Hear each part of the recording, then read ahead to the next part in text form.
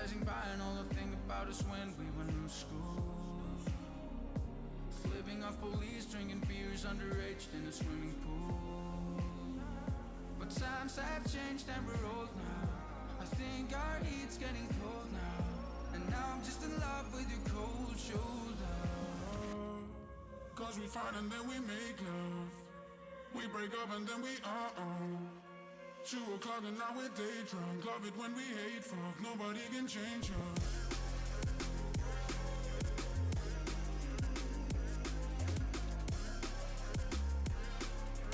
Love it when we hate fuck, nobody can change us.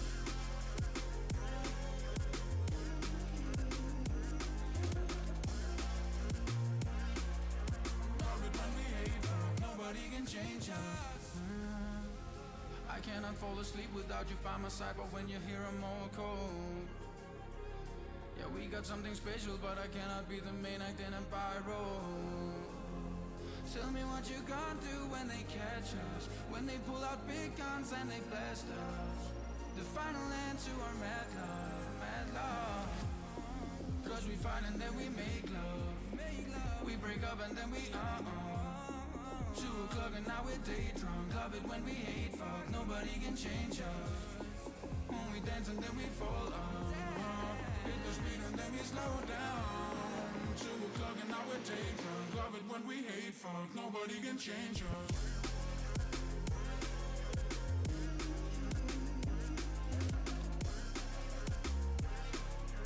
Love it when we hate fuck, nobody can change us.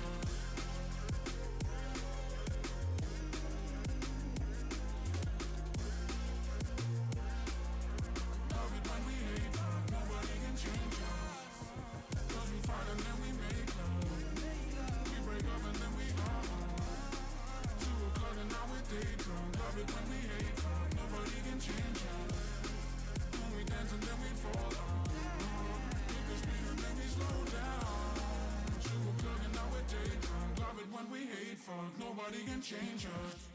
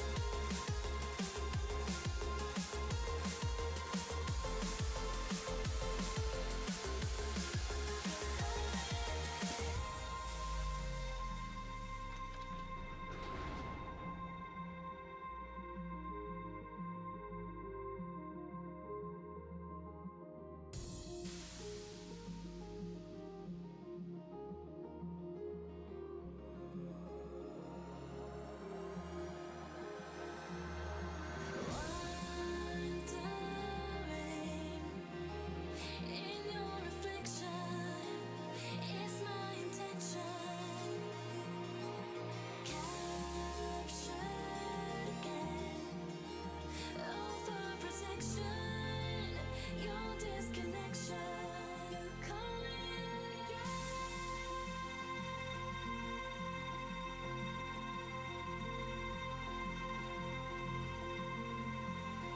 You're calling again.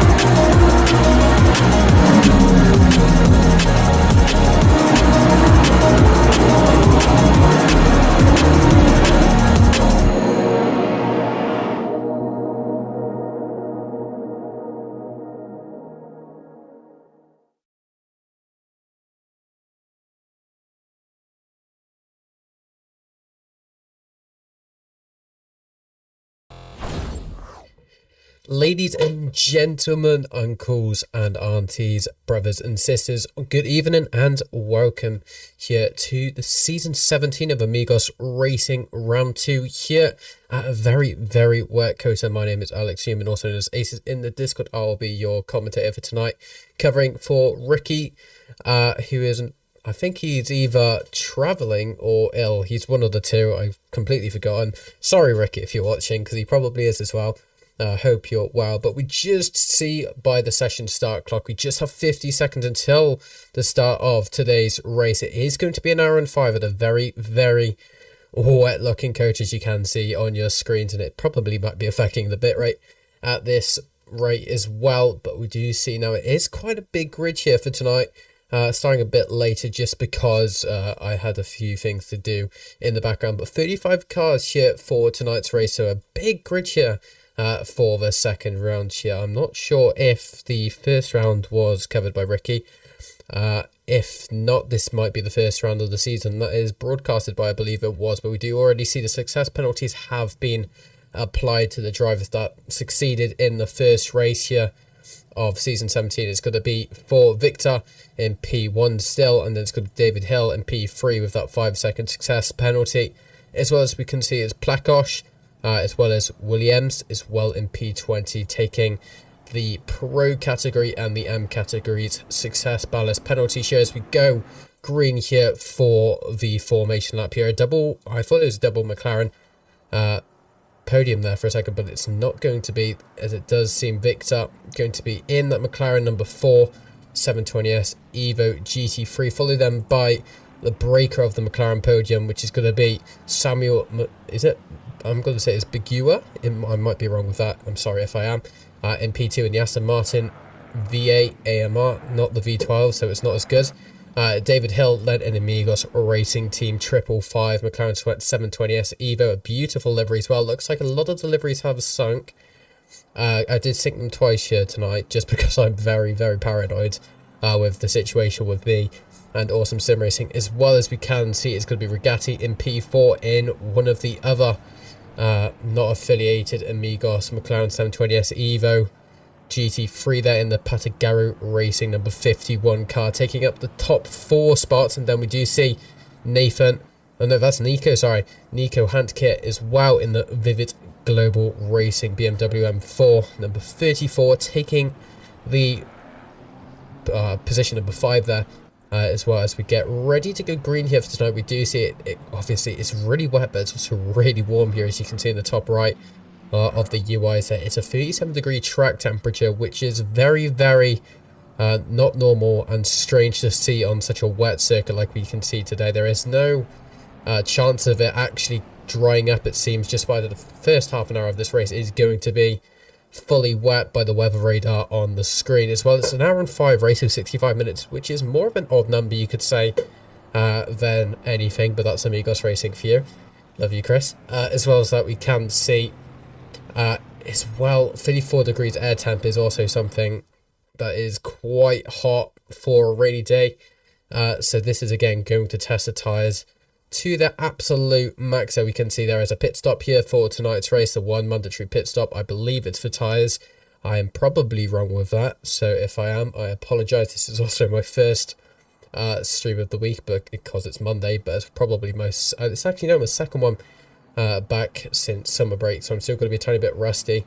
If you don't know who I am, obviously I'm also a commentator as well. I'm 15 years old. I'm very similar to Ricky. Ricky does obviously CS casting, and he's absolutely legendary at it, as well as he's doing real life. I believe he's doing car meets, not car races, but he's doing car meets commentary as well in the future. However, I am primarily just focused on sim racing esports at the moment, working with AK Esports. And I'm also an independent freelance commentator as well. In the background, some of you guys might recognize my voice if you either follow different leagues like Formula Racing leagues or any of the other leagues that I might be affiliated with, as well as me being here back in the day. I believe it was season 9, season 10, I believe, that I was here, that I was commentating. I just became very, very busy on the Monday, but it's always good to be back. Here as we get ready to go green here, as we have one corner left to go before the green lights are appearing. As we do see now, it's going to be Victor taking the inside line into turn 1, turn 1 being a very, very steep angled corner, so it's obviously crucial to get that inside line here. But we do get ready to go green. They're formulating side by side here. As we get ready to go green, we can see the checkered flag in front of us there.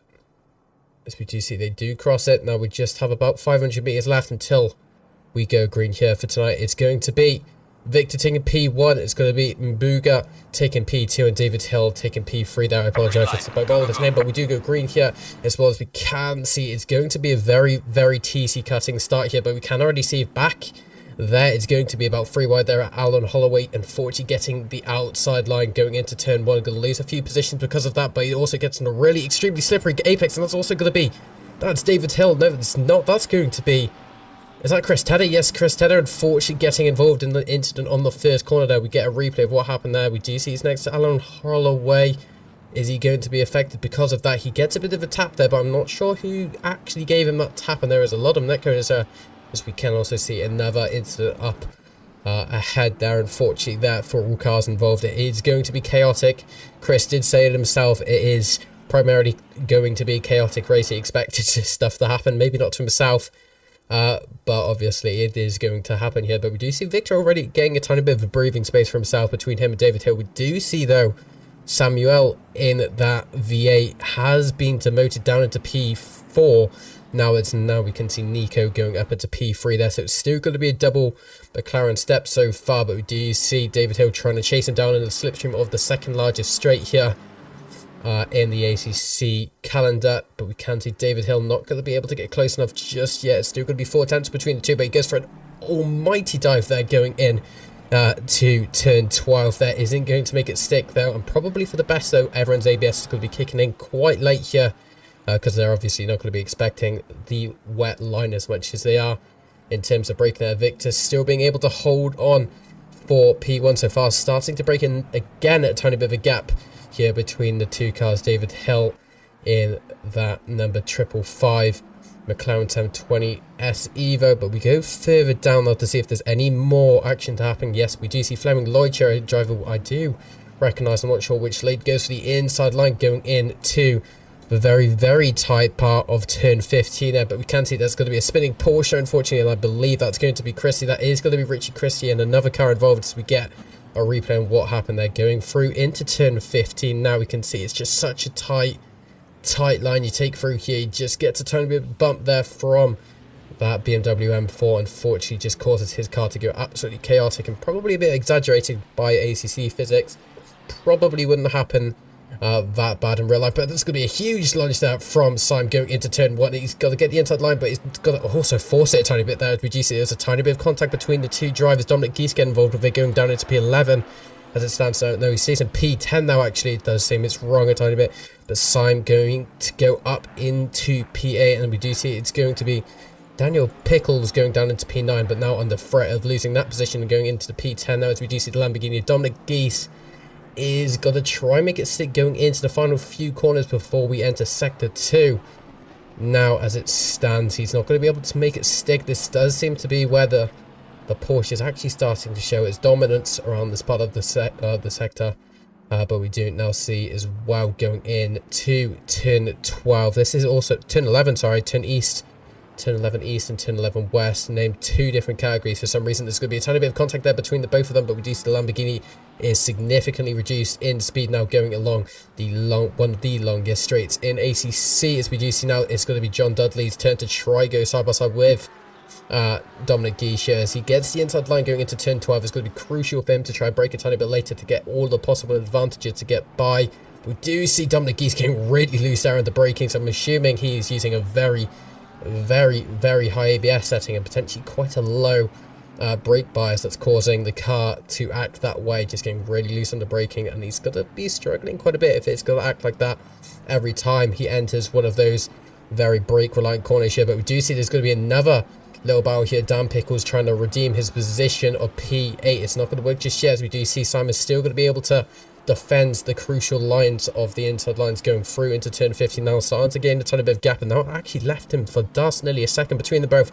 And now Dan Pickles has to be very cautious now, as we can see John Dudley is going to try and take his position away from him of P9, but as it stands he's still not going to have any chance of it. But he's going to go very late on the brakes there, but we can see obviously that's one of the Lamborghini's strong points here, as we can see now the R3500, a lot of pressure here as he has to go side by side with each other, as we do get on board with the heli cam for this, but it doesn't seem he's going to be able to make it stick yet. Dominic Guy's going to try something into turn 1. Probably he brakes very, very late because he can do in that Lamborghini. Goes side by side with each other, getting the inside line. But still, it's a tiny bit of contact between the two drivers that sends John Dudley out wide. But that's still going to be Dominic Guy's taking the position back. And that's actually going to cause now John Dudley to have a tiny bit of an overseer moment. He tries to retaliate to get the position back. But Dominic Guy's keeps it, but we also now see it's going to be a second battle because of this, as we do see Connie Lynch in the other Lamborghini. Beautiful looking Lamborghini, may I add, even if it's not fully complete. It does seem though John Dudley's going to be under pressure from him behind, because obviously he's going to have the same exact issue on the braking, because R35 being one of the worst in braking in ACC compared to the Lambo, which is categorized as if one of the best, if not the best car for braking in ACC. Yeah, but we do see now as well David Hill in P2, still trying to use that toe to his advantage as we enter into turn 12. Once again, 59 minutes remaining. We've had 6 minutes of racing so far. He goes for a tiny bit of a juke move, we could see there, but doesn't make anything stick there. There was no sort of any ease of bottling that from Victor as it sticks. It's still going to be P1 and P2 between the two cars, but it does seem that it's going to be Victor going a tiny bit wide. That's going to limit the amount of time he's going to be gaining between him and David Hill. But as it still stands, it is still relatively close, but it's in that in-between threshold of between being close and also being far away, as it's gone down to 3/10. Now this is where we're going to see David Hill starting to use the advantage of the toe when the toe starts to get a tiny bit stronger. As we can see now, it's gone down to 2/10 because of that toe, as we do have obviously the start finish straight coming up. It's not one of the longest straights, but it's still going to be a straight, and it's going to help him, as I did see a yellow flag appearing there. I'm not sure who that would have been because it doesn't show me actually, unfortunately. But we do see though Stephen Wilson is going to try to go side by side here with as well Machuez. So Machuez is able to get by there, but we could see any sort of retaliation here from the Brit in the Team WRT BMW M4 as well, as we do see again another Lamborghini just lurking there. As we can see, it's the Supercharged Motorsport team now going side by side with the BMW M4. He's not going to be able to make it stick just yet. He has to tuck himself behind, but we have to see if these two BMWs are going to make a mess of each other here. As we can see, he's going to try break a tiny bit later. It's not going to be late enough to try go side by side here, but we do see Guy in the Lamborghini just gets a bit closer, but we do actually see now the two BMWs are going to be side by side with each other, but it does seem it's going to stay relatively close between each other. We did just see obviously Stephen Wilson getting the move done between the two BMWs to take P19 here, but it does seem like we're going to see Machuez do some sort of retaliation move here, but it does seem he's actually struggling going through into sector 2 now with the S's, but that is probably quite casual because it is obviously very, very wet here in today's track surface. As well, as we can see, it's going to be Ailing now having to go side by side to try to defend his position between him and Chrissy here. Chrissy, the one who spun earlier, unfortunately. We do see Ailing's just going to let the move go, as well as now we do see Richie onwards into P33, looking to try get P32 now of Stanek in the number 91 Ferrari 296 here.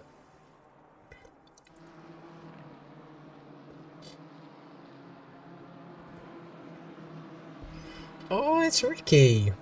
I thought you would jump in chat. How's it going, mate? I saw your Discord status saying you're travelling. I'm assuming you're travelling, that means.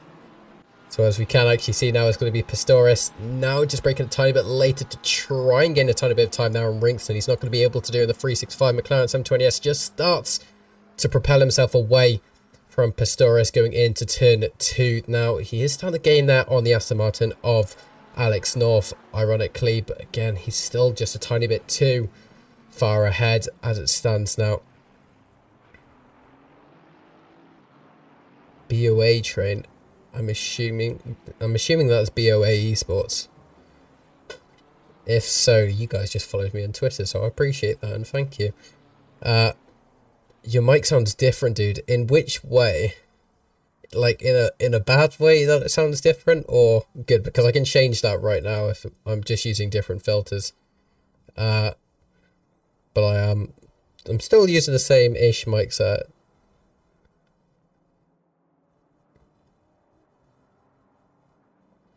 Like kind of hollow. Okay.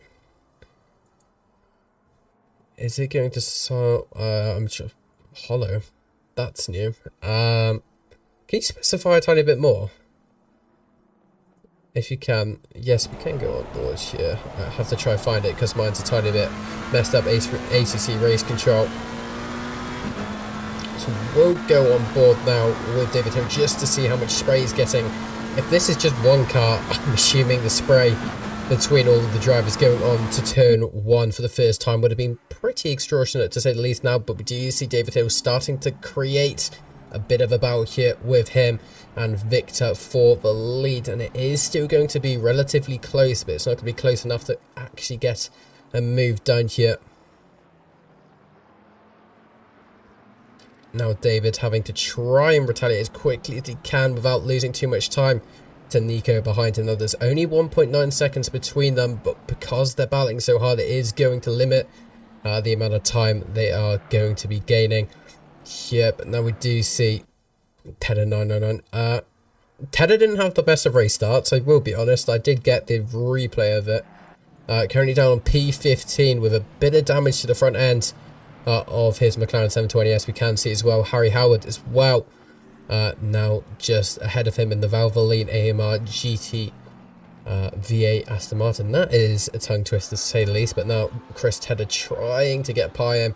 Obviously two different classes here, so it isn't really worth battling because in perspective you won't actually lose any points at all to say the least. As well as now Harry Howard having to... Will he let him go? I'm not really sure. I'm not too familiar on the driving styles of how people race here anymore because it's been so long and everyone's changed. But now Victor once again, this is seeming to be his strongest part of the track. Now the S's, but they're both in the McLarens. I'm assuming he's going to be, well, on a higher wing to say the least. That is probably why he's going to be so strong through the high aero reliant corners. We do see David Hill as well now, just 6 tenths. So again, we have lost about 4 tenths since we last saw him. But he is obviously going to gain all of this back going onto the straight after turn 11 east and west. As we enter that now, he does break a lot later. That is the advantage of not no wing, but a lower wing car to say the least. As well as we can see Nico is actually losing time now compared to the two front runners here. 2.6 seconds as we speak now, but we go further down into the grid to see if anyone else is battling here. We do actually see it's going to be Fedia Plakosh. I'm sorry if I said that wrong. That's not a name I'm very familiar with. He goes for the switchback there on Alex North there. Almost got it done, but if he had obviously the no wet surface and it was all dry, he would have been able to get that move done amazingly. But unfortunately, he's lost so much time now trying to attempt that. Now Pastoris is going to be all over the rear, but actually Pastoris makes a ton of bit of a mistake and goes on the wet line. And that just sends him flying there to say the least. Plakosh or Playkosh, that sounds better, Playkosh, is new this season. Yeah, a lot of these drivers I don't recognise. There's a few I recognise from FRL, but that's practically all, I think. And obviously the OG Amigos people as well. So Alex North under pressure now once again from Playkosh now in P23 as we go into turn 12. He actually goes really late on the brake there, just probably under pressure, and just practically just gives Playkosh the position for free at that race.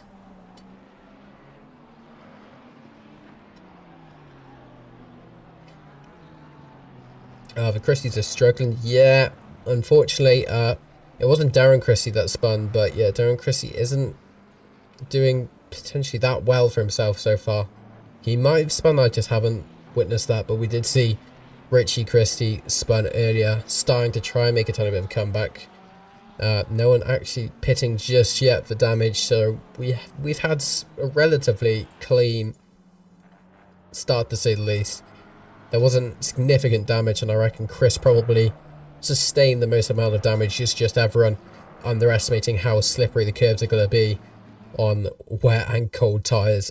So that happens. I've got that on replay on the start of the race, but I've got to say though, Ricky, I don't know how you how you do this kind of stuff, because I've been off for the best part of... Actually, I'll get this now. John Wilson going for the inside line, going into turn 1. He's going to brake a tiny bit later than the Ferrari, having the better brakes, and he's going to have the inside line, but it's not going to work for himself just yet. He's going to get the better exit speed there. It doesn't seem he's going to be able to get that, as we do see Stanek still being able to maintain his position of P30 there, but we've got to see once again it's going to be now John Wilson just having to try and creep around the S section, going into sector 2 now with all of that spray, just limiting his visibility. A lot of older and came back North Lawn Ringston Lodge. Yeah, I recognise them. Stanek. A few I don't recognise. Black Ocean, Nisbet. Yeah, I don't recognise them at all, so we're on that together. But what I was saying is I don't get how you do that. I spent... How many weeks did I spend off commentary? It's probably the best part of 5 or 6 weeks I've spent off commentary, and I just feel so rusty, man. That's kind of why I'm doing this, because I have to try and prepare myself for the rest of the week. So it's kind of beneficial to me doing this, but we do actually see now it's going to be Wilson trying to go side by side once again and try to attempt to get this move done once and for all as we go into turn 12 once again, and he is going to try break it a bit later now, but we do actually see Stanek is going to try break as late as he can to try and preserve his position. He gets he definitely preserves his position to say the least, but he did lose a tiny bit of time there. But we can actually see now Ailing just becoming and joining this battle here for a three-way battle, and we could actually potentially see it coming into a four-way battle very soon, as we can see one of the Christies, Richie Christie, in the 992 behind, starting to gain here. But we do have to see John Wilson having to preserve his position now. How the turns have tabled, you could say. I know I've said that the wrong way. It's on purpose. I once got rinsed in the comment section because I said it the wrong way, but I say it for comedic effect before people absolutely rinse me for it. I have to try and find the comments now. It was actually hilarious. But now we do see John Wilson actually losing a lot of time now to Stanek in front of him, but he also breaks really late going into the final corner, and it's going to go side by side here between him and Ailing now. But we do see the McLaren 720S of Ailing is going to have the inside line going into turn 1. It's definitely going to be crucial, especially with an aero-reliant car like the McLaren 720S compared to the very boxy kind of shaped M4. We're definitely going to see the 720S having the advantage here in terms of top-end speed going into corners here. As we can see, it's still going to go side by side here, which I'm a bit surprised about here, as we do see John Wilson still having to formulate side-by-side position here, as we can actually see, I believe that's Richie Christie behind now, coming here as well. Reported you to the Amigos HR for what? What, for the the turns are tabled? John Wilson go really... I'm trying to focus, Ricky, goddammit. But we do see John Wilson making a tiny bit of a mistake there, unfortunately, losing 2 positions there to Christie and Ailing there. That's going to put him down into P32 for now. He will obviously have still plenty of time to get that move done, but I have just realised, and again, I think it was Chris. It was either Chris or Colin told me and predicted this would happen. At least one drive-through penalty for today's race, and it is going to be Mathieu Wes getting a drive-through penalty. And I believe the first one we've seen today, I might have seen another one, but I'm not really sure anymore. But just drive-through penalties on this track alone is such an easy combo. But again, with wet weather and just having practically little to no grip at points, definitely does not help at all. But what would be worse if the track was flooded? It might have originally had the status as flooded, but now as cars goes onto it, it does create somewhat of a dry line. It's not really a dry line still, but it's a damp line, we can say, but that is all we got to say about it. However, as well, Ailing starting to fight back now in P30, Stanek ahead in P29 in the 91 Ferrari 296.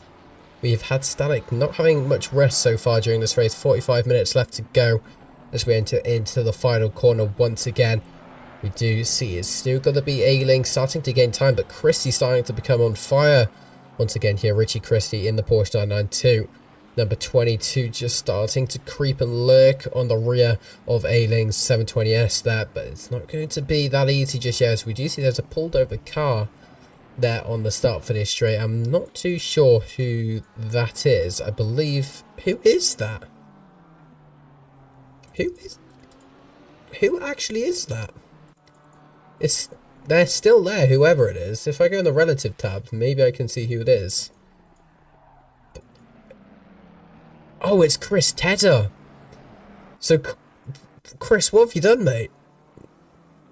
I'm not actually really... I'm not sure what's just happened there. I'm starting to think he might have had technical difficulties and he pulled over on the start-finish straight. But it doesn't seem we're going to be able to see that on the stream there. But obviously Chris is definitely a rapid driver, so he should be able to gain a few positions. And without commentators cursing him, I reckon we might be able to see him in P20 by the end of the race here. If he is obviously willing to put in the hours. As well as that, we can see now Aaron Holloway in that Honda, the only Honda in the grid here. I think he was in Supercharged. Oh my god, I just started so bad then. But in Supercharged, I believe he was the one who said he absolutely adored the Honda. It's either him or Colin as he now goes side by side going into the final corner. As we do still see that car is... I think we have a glitch or something because it's saying there's a car stop there, but we can't obviously see one there. But Aaron Holloway goes for side by side going in to turn one. He breaks a tiny bit later than the Lamborghini, and it's going to be a tiny bit of a squeeze between them both as we do see Aaron Holloway gets the move done without any sort of hesitation there as Dominic Gies goes down into P10 for the time being. Now as we go through into sector 2, now is there going to be retaliation from Dominic Gies? This is where this car will shine going in to turn 11 and 12, having those heavy braking zones. Especially, it just has great aero as well compared to one of the older gen cars like the Honda, for example. The next gen Evo cars are going to dominate, but with that bop, it definitely balances out quite evenly there, as we can now see Dominic just going into turn 11 now, turn 11 east to be precise, I believe it is. No, turn 11 west we're going into. I need to remember that for some reason. As we do see yet again, he's going to use those brakes to his advantage. But he's not going to be able to get it done just yet.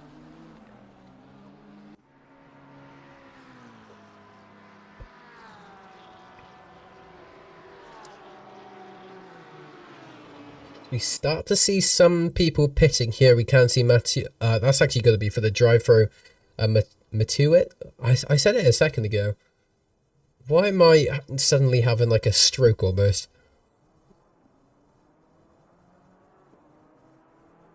We'll just leave it because I don't know what's happening now. I think just had the biggest dyslexia spoke of my life. But now Matt Ayling currently in P27, looking to go past Aaron Sparks here. Is that Aaron Sparks? That is Aaron Sparks as they go side by side going into turn 11. Now the DC is going to be the McLaren of Ayling, who's going to be able to bag the inside line there and get that move done. Now as we did hear, the pit window has opened. It's only for 20 minutes, so it's quite a short pit window to say the least. But we do see Ayling now is going to be suffering from that draft here, as we do see there's going to be some sort of retaliation here from Aaron Sparks as we go into turn 12. Nothing too big so far from the three drivers as they all just settle down in their current positions.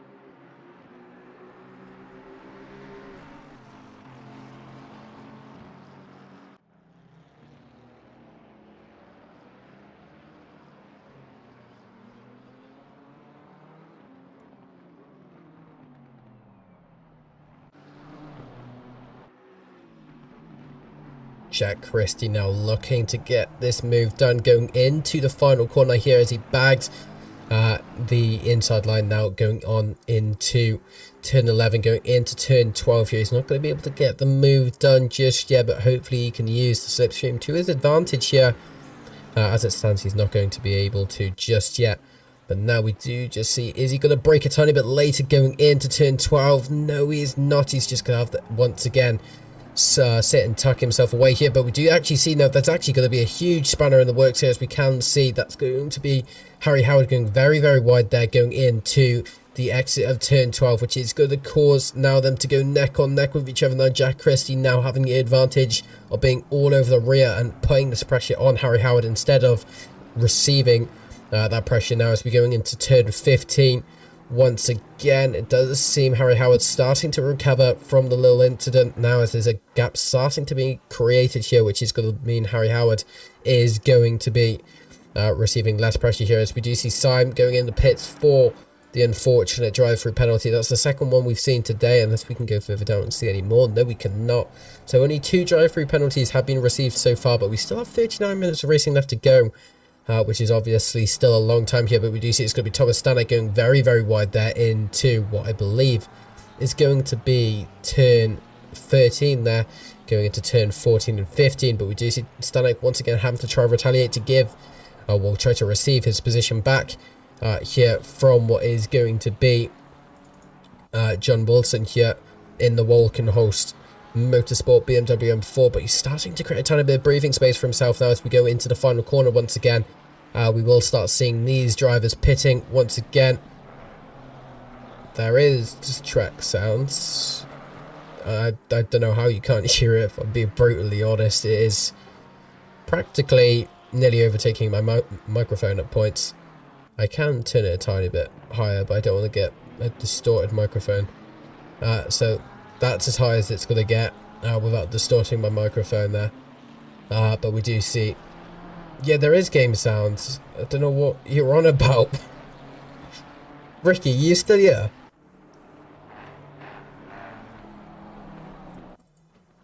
If Ricky's still here, he can verify it for me. But now we can actually see, once again, is going to be the 313 BMW M4 trying to put a tiny bit of pressure here on Ringston in that McLaren 720S Evo here. As we can see, it's going to be him just under so much pressure here as we go in through turn 1 once again. Again, it's practically going to be neck on neck here between the two drivers, 2 tenths between them as we stand.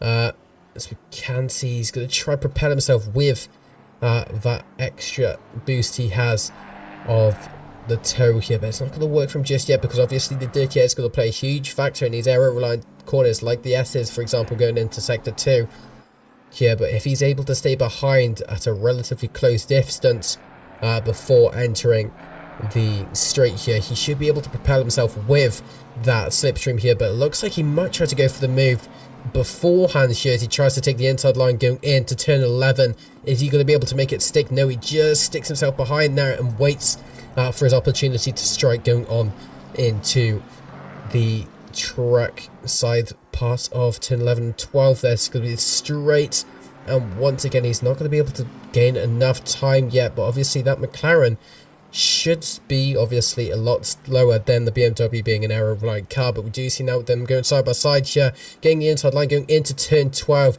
Can he make it happen for the Grid Racing BMW M4? Yes, he can.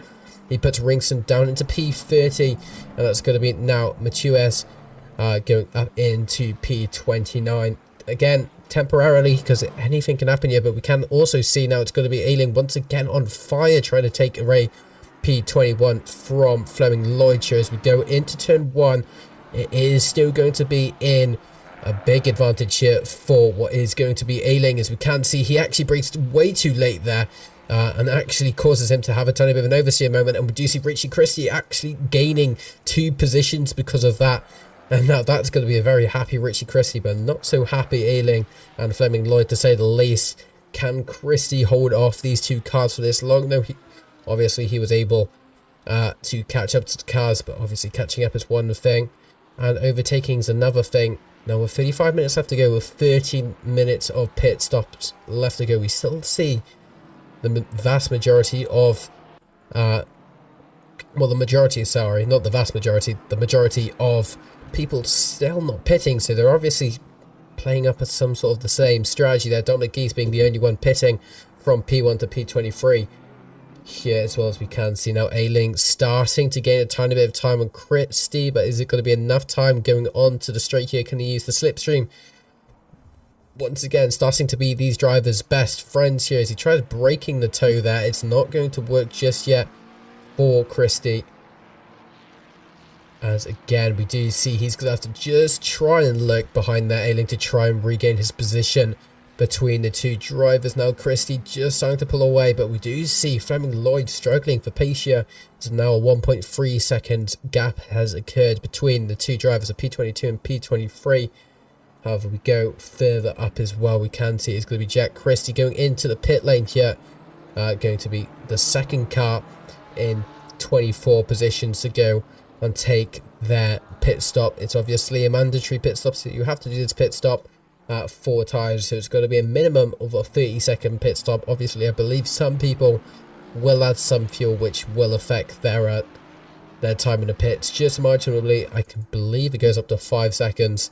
But we do see it's going to be Simon van der, is it Winghart? I'm so sorry if I said that wrong. Saying next season I will be back. I'm relying on you being back, mate. Hopefully we see more people on the grid for next season. When I say more people, we're already at 35 drivers. Well, 34. It does seem someone has retired. But we started with 37 cars, going down to 34 cars. That's still brilliant, but obviously another person on the grid will make it the extra bit brilliant for obviously myself and Ricky's viewing pleasure, I guess you can say. Michael Syme now in this Porsche, just trying to gain a tiny bit of time under braking that to Williams in that BMW M4. Not going to be able to make it stick though. In fact, he loses a tiny bit of time just braking a tiny bit later. That just seems the confidence under braking doesn't seem to be as high as it probably should be between the 3 drivers. We can see the other R35. There seems to be 2 in today's race. Crepesi currently in P12, starting to put a tiny bit of a gap between the 3 drivers because of how much they're retaliating between each other.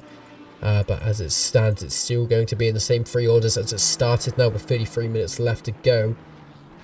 Nothing else seems to be happening as it stands. We do see Ailing as well, just trying to get past Chrissy. This has been happening for some time, but not taking the slipstream this time as Chrissy trying to cool down their tyres, probably, well, either trying to cool down the tyres to try and take some pressure out of it, or just trying to break the toe completely, which both works by going offline there. But we do see now Ailing starting to gain a tiny bit of time going through the corners. This is where his stronger part of the track is going to be sector 3.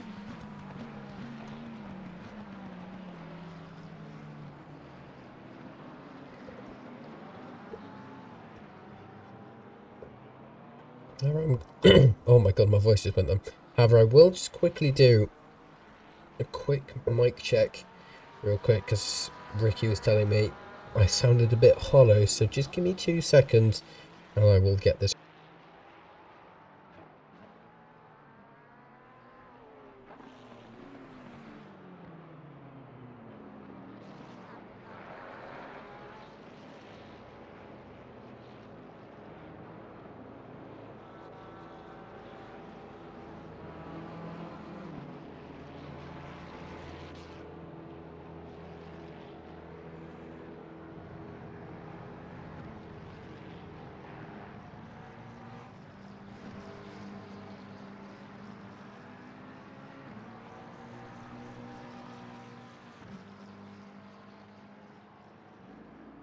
Okay, so I actually understand what Ricky means by me sounding hollow now.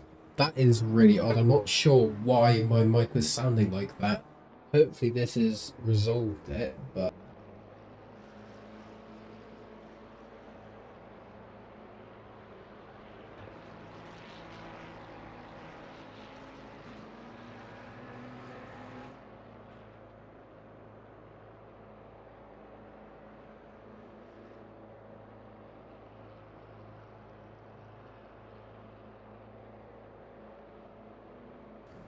Okay, trying the last audio channel because it seems my mic might be broken here, boys. With 30 minutes left to go. This is not good, to say the least. I'm hoping it's not my mic that's broken. Let me just try this out and see everything.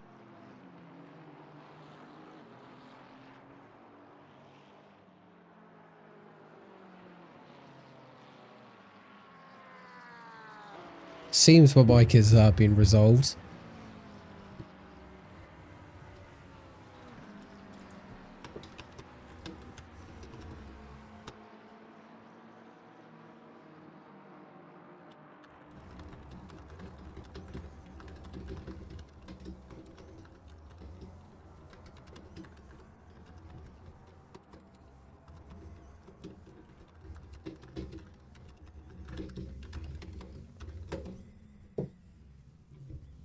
Okay, now my mic's fixed.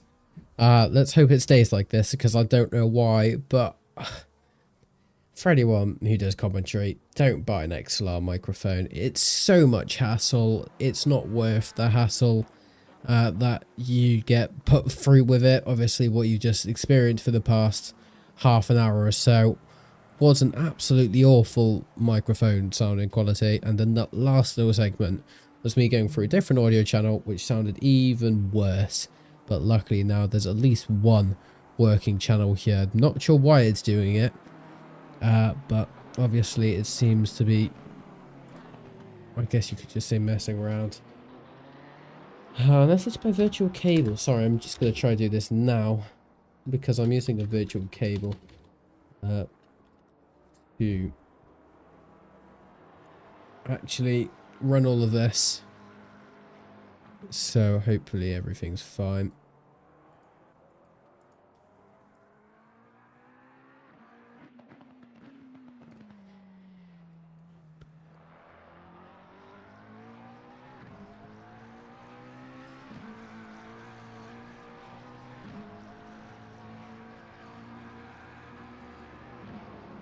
We're getting back on with the race now. Harry Howard once again having a bit of a chomp here on Williams to try and get his position. As we do see now, he gets the position done into the S here, entering into sector 2. Harry Howard going up to P22, as we also see that Williams going down to P23. Doesn't seem there's going to be any sort of retaliation here from Williams. He's already lost 5 tenths since we last spoke about him. As now we enter on into turn 11, east and west here. Is now Dimitri Williams down into a 7 tenths, 8 tenths, 9 tenths now territory between him and Harry Howard's proximity of each other. Now as we go further up, once again we do see it's going to be Nisbet, driver we haven't seen here today on stream in the Ferrari 296, number 72, as they do, or it looks like they both were entering pit lane just then, but it does seem Nisbet goes into the pit, but we do not see Alex North pitting just yet. One of the only drivers left to pit now, as we do also still have to see Victor coming into the pits as well. As we do see there is quite a big gap now between P1 and P2. It's going to be 40 seconds. I get that obviously the other cars haven't pitted, but it looks like as it stands now there's 53 seconds between John Dudley and David. No, it's going to be 53 seconds between Victor and David Hill. I beg your pardon. As it does seem that's still quite a big gap, but will David Hill get the undercut here? Obviously serving his pit stop earlier. Victor now having to serve it in the next 4 minutes, so 2 or so laps. He doesn't serve it this lap just yet. Hopefully he is aware of that pit stop regulation. But now he has to serve it in the next lap or two. And obviously, I assume he's trying to get that gap to increase here. But I'm not sure. No, it's not going to be enough at all. Because obviously you have that 30 seconds of just trying to replace your tyres there. And it's 53 seconds now. And going through the pit lane is going to be roughly 20 to 25, maybe 30 seconds. So you're a minute in the pits, and he's currently at 53 seconds. So there's a 7-second gap there, roughly, of how much time he has to play with. As we do now see Victor having to encounter traffic as well. That's going to be another factor that I didn't think about. The traffic hopefully lets him by here quite easily, not losing him any time. But sometimes that doesn't happen if you're obviously not lucky. And that can lose you a lot of time as well, as we do actually see John Dudley does go into the pits now, making it going to be the original 1-2. Here now as David Hill crosses the line to put himself back into P2. It's going to be 53 seconds now. 53 seconds between Victor and David Hill. as we speak currently. Victor having to serve it in the next lap or so. We do see now he gets past the traffic practically with ease. 52 seconds. There's still 8 seconds he has to somehow gain in the next 2 corners. I believe it's ties. If it's not ties, it's a different story. He has the fastest lap time, but in terms of consistency, it is still going to be in Victor's way here with a 2:16.2.8 compared to David Hill's 2:16.3.6. So there is obviously not much, but there is a bit of wiggle room between the two drivers there. Obviously the best lap time is going to be 2:15.1 by Victor compared to 2:15.4 by David Hill. So that is actually still quite a bit. That's actually quite a bit more than I would have expected. But we do see now Victor comes into the pit this lap.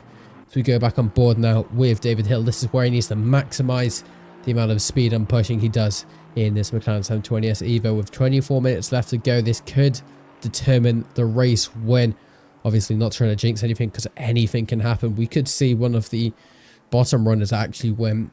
That's obviously a very extreme view of it, but anything can happen if everything falls into the right place for a certain driver. Now it's been demoted to a 31-second gap, 30 seconds now, but we do see now Victor goes off the stand here as it's going to go down to 26 seconds, 25, as we do now see it's going to seem to be really close between the two drivers, but I believe it's going to be Victor who's actually going to be able to pull out here in front of David Hill. I believe it's just going to be a few seconds to say the least, as we do see him now entering the final part of the pit lane here. But we do see now he actually goes on into now the start finish straight is going to be very close. Obviously we need to see Victor speeding up here. It's going to be 7.4 seconds between the lead cars here, so I think I did play a tiny bit wrong there. I'm not sure what the strategy was between the drivers. I believe it might have been fuel now, but I'm starting to think it might have been tires.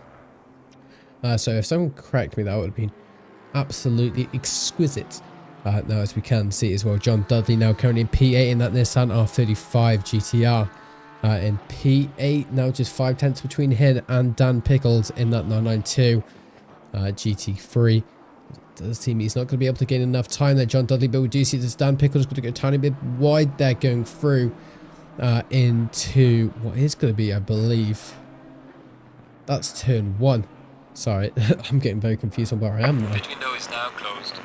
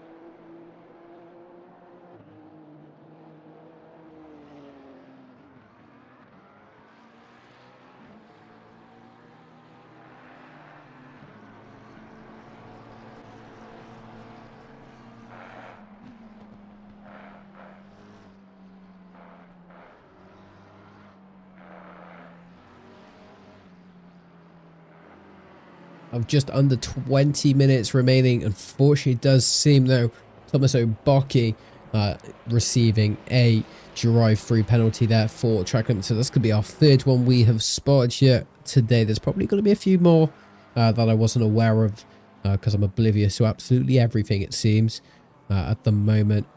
But that is going to be practically all shapes and sizes of battles starting to ease off now. The only one that does seem to be the closest so far is going to be Darian Christie and Stephen Stephen Wilson in that Team WRT BMW M4 number 123 to be fully exact. But we do see now as well Fleming Lloyd's actually gained a lot of time here, but we do see behind that's going to be Plakosh in the Ferrari 296, just getting so much time now on Fleming Lloyd. He needs to be very careful and needs to manage how much time he's attacking and preserving his position. But we do see this could be Fleming Lloyd going very, very, very wide there. That's going to cause now Plakosh getting the inside line going into, I believe that's going to be turn 8.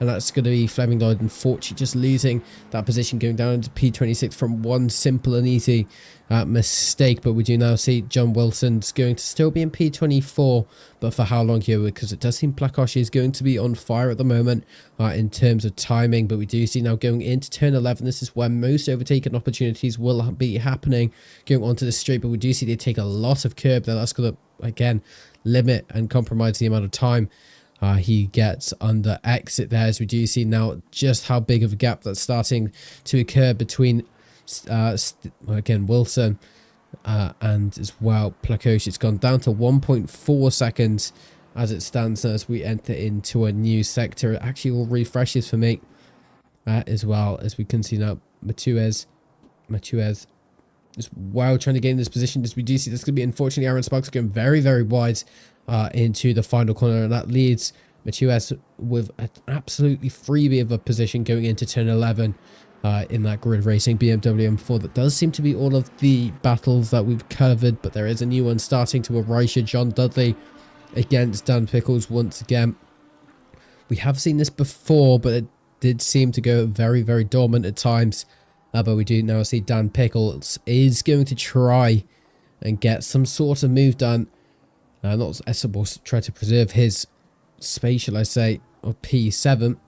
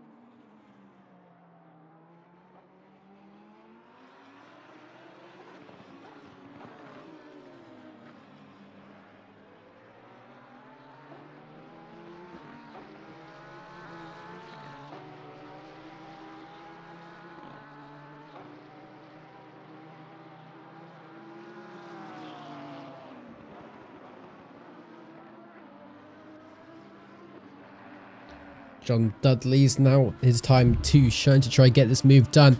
So he's not going to be able to get this move done as quickly as I thought he would have been able to.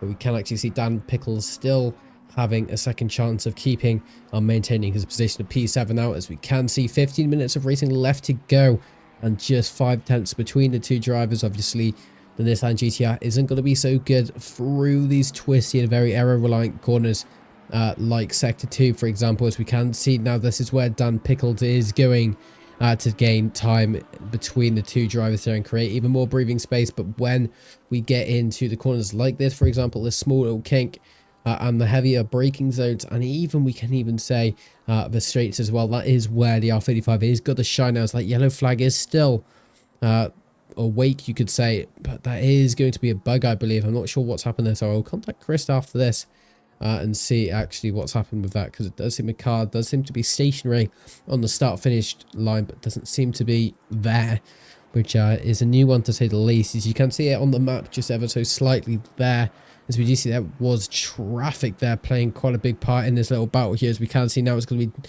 again Dimitri trying to get himself by Richie Christie once again, but Christie starting to just place his cars in the best ways possible to make it impossible without obviously collision to get by.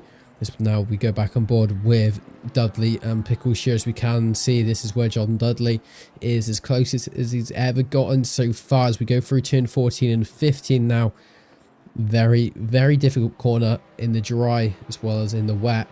As we can now see going into the penultimate corner, we do see it's going to be John Dudley just catching a tiny bit now, as it's down to 4/10 now to go into the ultimate corner now. As we do see, he's going to try and break a tiny bit later to gain some time so we can get, again, a stronger slipstream going on into turn 1. Is it going to work, though? We might be able to get this move done into turn 1 here. He's gaining time under the slipstream now. It's going to be quite a bit, actually, as it does seem he's going to lunge for the inside line now. Is he going to use his brakes to the advantage? No, he's not. He's going to break a bit earlier than the 992, but the 992 makes a tiny bit of a mistake there. It goes a tiny bit wide, which did lead to John Dudley gaining a tiny bit of time there, but it's not going to be enough for him to gain. In fact, he loses a lot of the time under hesitation there and going through sector 2's S's. This is where he's going to be struggling, as I've said earlier, but we do see now Richie Christie losing the position there to Harry Howard. In fact, no, actually, he's going to try to take this position back as he tries to lurk it going through into turn 15. Now going into turn 16, he could try to get a good lineup here, but he needs to be very careful, as we can see Dimitri in the background as well. But we do see now this is going to be Richie Christie lunging for the inside line going into the final corner. Is Harry Howard going to stick it? He's going to try and close the gap between them as they still go side by side here. This could be a drag race to the end of the straight here. This is where we're going to see the Aston Martin shining here. The 992 isn't so good under the top speed. Considering that, as well as we can see now with Dimitri having an attempt to try and get past the 992, as we do see he goes for a big lunge there, but Dimitri hasn't got that inside line compared to the 992 of Christie, as they still go side by side here going into turn 2. Now Dimitri having the inside line going into turn 2. There's going to be a tiny bit of contact, which is going to throw both cars offline a tiny bit as well, as we can see this new contender of Alex North starting to play his part, getting past Richie Christie, as well as we can see there's going to be a back marker as well trying to get past as well. But we do see Alex North going up into P20 here, so that was a big change in a very, very small amount of time. And again, I say every time, you never know what will happen in the distant future in racing, and that's why it's so interesting to just broadcast and analyze.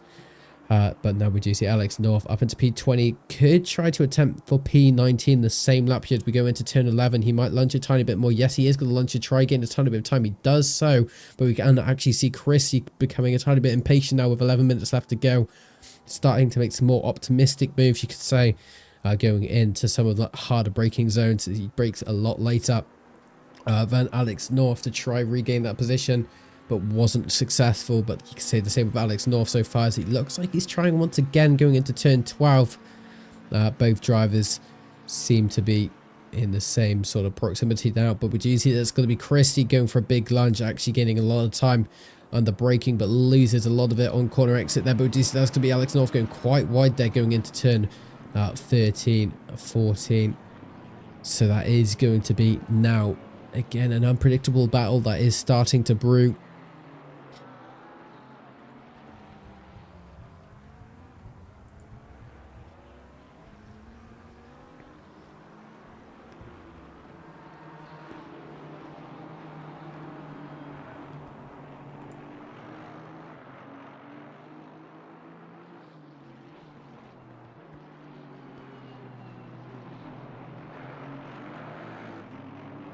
Towards that now, we can actually see Placo. She is starting to try gain some time here on believe it's John Wilson in P24 as he tries to go for the inside line. He might be able to go for it going into the final corner. It looks like he's got a lunge. He placed his car in the perfect position, but we've got to see as well. Wilson is just going to close that gap as quickly as he can as we go into the start finish straight.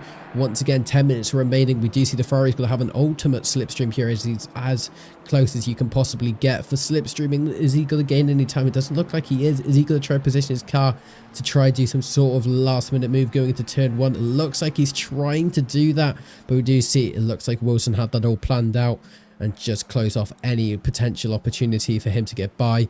And now we do see once again, though, that's going to be unfortunately play coach going a tiny bit wide, and that's going to lose him a tiny bit of time. And now we do see Fleming Lloyd starting to become apparent into this battle as well in P26. It's all to play for here, but we do see now Plakosh is going to try go for the inside line as well as the outside line. He's very unpredictable so far as we go on board with him. There's going to be a tiny bit of contact between the two drivers. That's actually going to be a pit maneuver as he's still just driving him there, but he's actually going to save the other car as well, but they still go side by side. Fleming Lloyd going to have such a good battle here now as he's getting so much time now between the two cars. But now Plakosh goes by. That is going to be a steward's inquiry to say the least to Wilson and Plakosh, so that will be obviously something to look forward to in the steward's queries later. As well as we can go further up, we can see it's going to be another battle starting to appear between the three drivers. Now we do see Oliver Dewig now in P9 in the McLaren 720S Evo. Vivid Global Racing starting to lose a tiny bit of time. It looked like he was quite close for a second, but I'm starting to think it was a bit of an anomaly by the other two cars as we do see now Dan Pickles leading this little pack, you could say, in P7, as well as we can see John Dudley behind in the R35 Nissan GTR.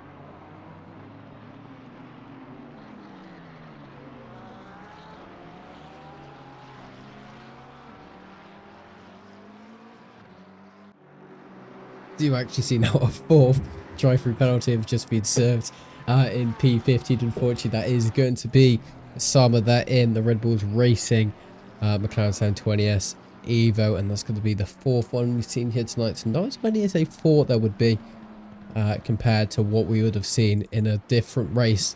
Now Fleming Lloyd as well, we can see in P26. He is going to be able to gain a tiny bit of time to Wilson ahead of him in the other BMW M4, but it's not going to be enough, and he only has 6 minutes left to go, so it's all going to be down to who's going to be the one to gain the most amount of time here.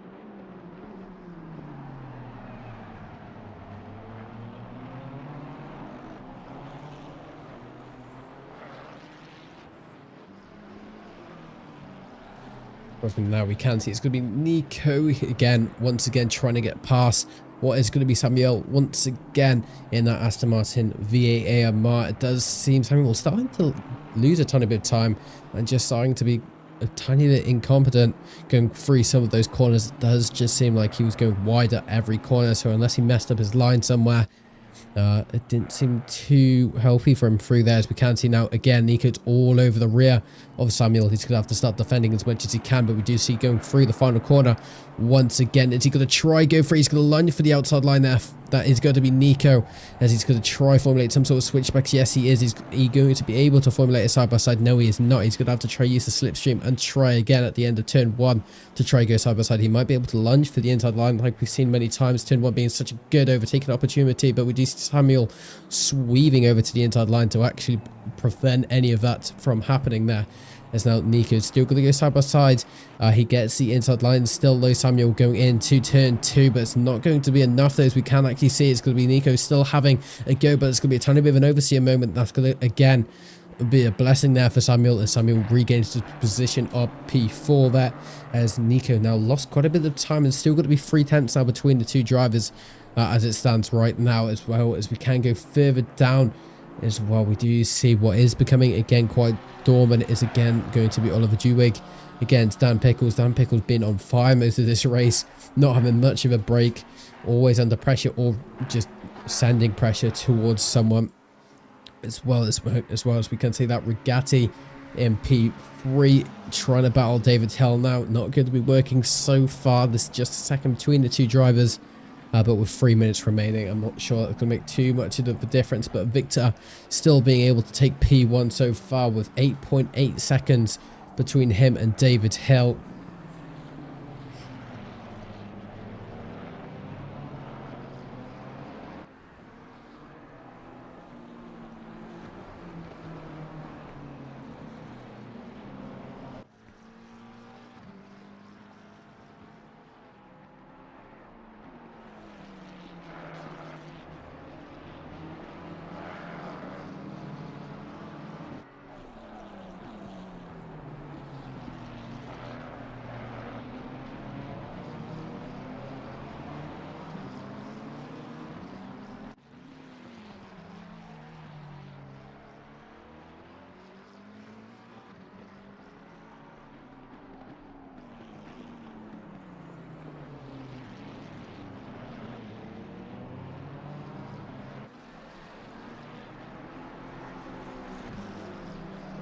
Now 2 minutes remaining. That's probably going to be one more lap or so.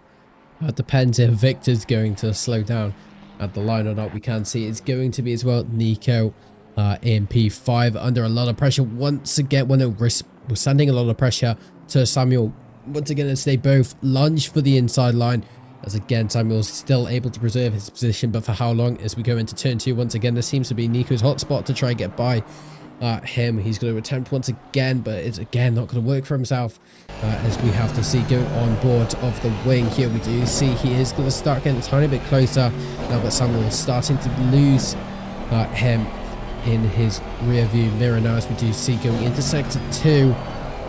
Again, he's going to gain so much time there, Nico, so a tiny bit of a mistake there from Samuel just cost him tenths there, as we can see going into the final 2 corners before going on to the long back straight here. This is where it's going to make or break this position for Nico and Samuel here, as the slipstream is going to be so powerful between the two cars. They're both those front engine cars, and they're both similar weights, and obviously they're very, very similar in terms of shape and chassis design of the cars, so they're going to provide quite a good slipstream effect here, as we can see how much time actually the BMW of Nico is actually gaining with a minute left on the clock. Would you say he's going to lunge for the outside line here going into turn 12? Again, he is going to break a tiny bit later though, Samuel, to try and preserve his position. Are we going to see a switcheroo? Yes, we are. Is it going to be able to be successful? That's something we'll have to see going in to turn 13. It looks like he's going to gain a lot more time there going into turn 13, even though he had the outside line. It's still going to go side by side. He's going to have the inside line now going into turn 14. Into turn 13, sorry, as well, which we can see now Samuel is going to be able to keep it.